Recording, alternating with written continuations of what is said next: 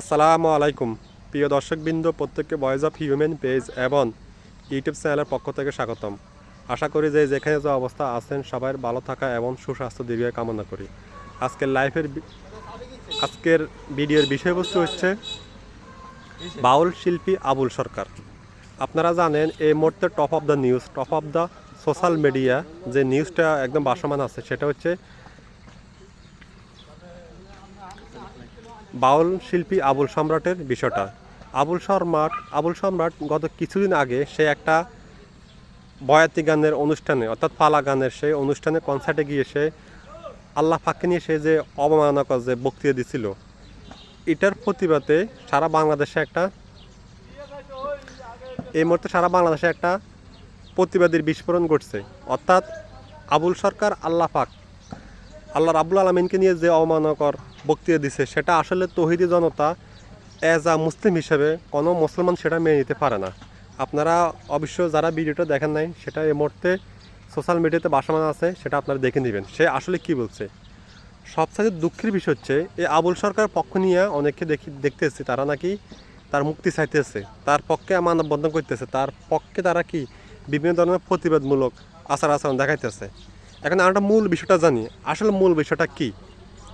অনেকে বলে বাউলদের প্রতি বর্তমান যে তৌহিদি জমাত অর্থাৎ বর্তমান যে সরকার এবং বর্তমান যারা আছে তারা বলে তাদের ভাষা আর কি মৌলবাদ, তারা নাকি বাউলদের প্রতি অনেকটাই আক্রোশ, মানে বাউলকে তারা নিঃশেষ করে দেওয়ার একটা প্ল্যানিং।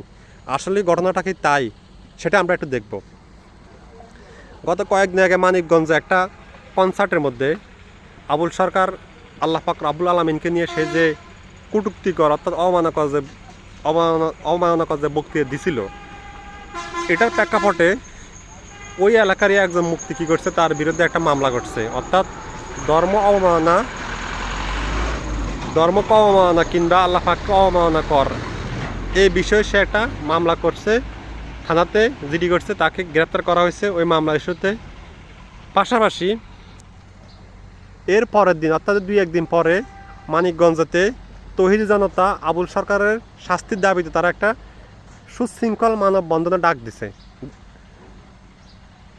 তৌহিদি জনতার মানববন্ধনের বিপরীতে যারা বাউলপন্থী, যারা বাউল সাপোর্টার, তারা কি করছে, আবুল সরকারের মুক্তির দাবিতে তারা আবার কে মানববন্ধন দিছে। যখন দুইটা মানববন্ধন একই প্লেস হয়েছে তখন তৌহিদি জনতা এবং বাউলপন্থী অর্থাৎ আবুল সরকার যারা মুক্তির দাবিতে গিয়েছিল তাদের মধ্যে একটা সংঘর্ষ ঘটে। ওই সংঘটে অধিকাংশ বাউল শিল্পী আহত হয়, পাশাপাশি তৌহিদি জামাতের মধ্যে কিছু লোক আহত হয়েছে।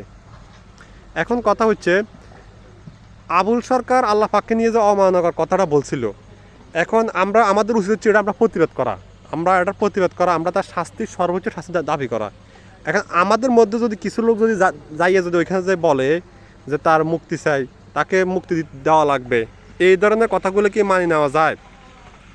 কিন্তু যারা তার মুক্তি চাইতে আছে তাদের মধ্যে অধিকাংশ হচ্ছে মুসলমান।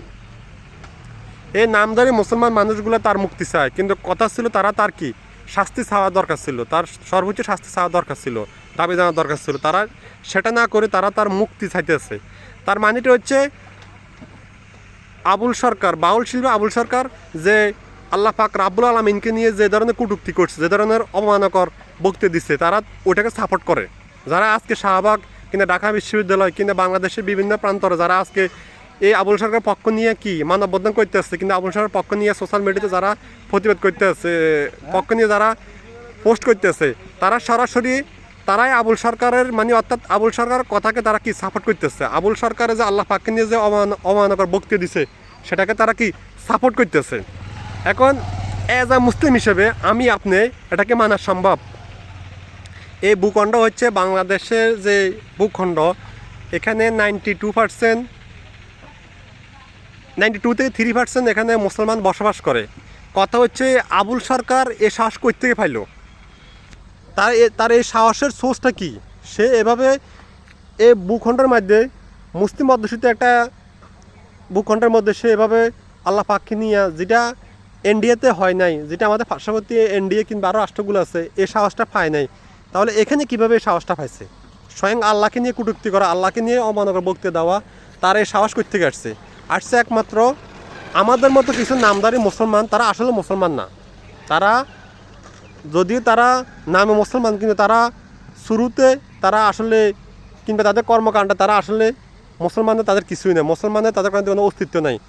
তারা যদি আবুল সরকারে যদি এই যে অমানবকে সাপোর্ট করতে পারে, আবুল সরকারের তারা মুক্তি চাইতে পারে, আবুল সরকারের পক্ষে তারা মানববন্ধন করতে পারে, তারা আসলে কি মুসলমান?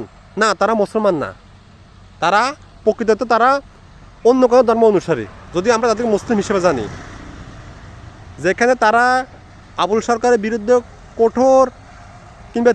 কঠোর শাস্তি দাবি করা উচিত ছিল, সেটা না করে তারা কি করতেছে, আবুল সরকারের পক্ষ নিয়ে তারা কি করছে, তার মুক্তি চায়। সবচাইতে আফসোসের ব্যাপার, সবচাইতে আসলে কষ্টকর বিষয় হচ্ছে বাংলাদেশ জাতীয়তাবাদী দল যে একটা অঙ্গ সংগঠন ছাত্রদলের কেন্দ্রীয় একজন নেতা আমানুল্লাহ, সে আবুল সরকারের পক্ষে নিয়ে সে কি মানে তার কথা বলছে, সে প্রতিবাদ করছে আবুল সরকারের পক্ষ নিয়ে। তাকে অ্যারেস্টের বিপক্ষে সে কি দাঁড়াইছে। কেন তাকে অ্যারেস্ট করছে? তাকে মুক্তি দেওয়া। পাশাপাশি উদীয়মান যে রাজনীতি দল এনসিপি, তারাও সেম পথে হাঁটছে। আমি মনে করি যারাই আবুল সরকারের পক্ষ নিয়ে কথা বলবে, যারা আবুল সরকারের পক্ষে দাঁড়াইব, যে কোনো দল হোক, আমি মনে করি দল কিংবা যেই হোক, সরাসরি তাকে বয়কট করা উচিত। ব্যক্তিকণ, দলকণ, গোত্রকণ, জাতিকণ, যারাই আবুল সরকারের পক্ষ নিয়ে দাঁড়াইব, যারা আবুল সরকারের এই যে আল্লাহ পাকে নিয়ে সে কটূক্তি করছে এটাকে সাপোর্ট দিবে কিংবা এটার পক্ষে যাইয়ে মানববন্ধন করবে, তাদেরকে সরাসরি বয়কট করা প্রত্যেকটা মুসলমানের মেয়ের দায়িত্ব।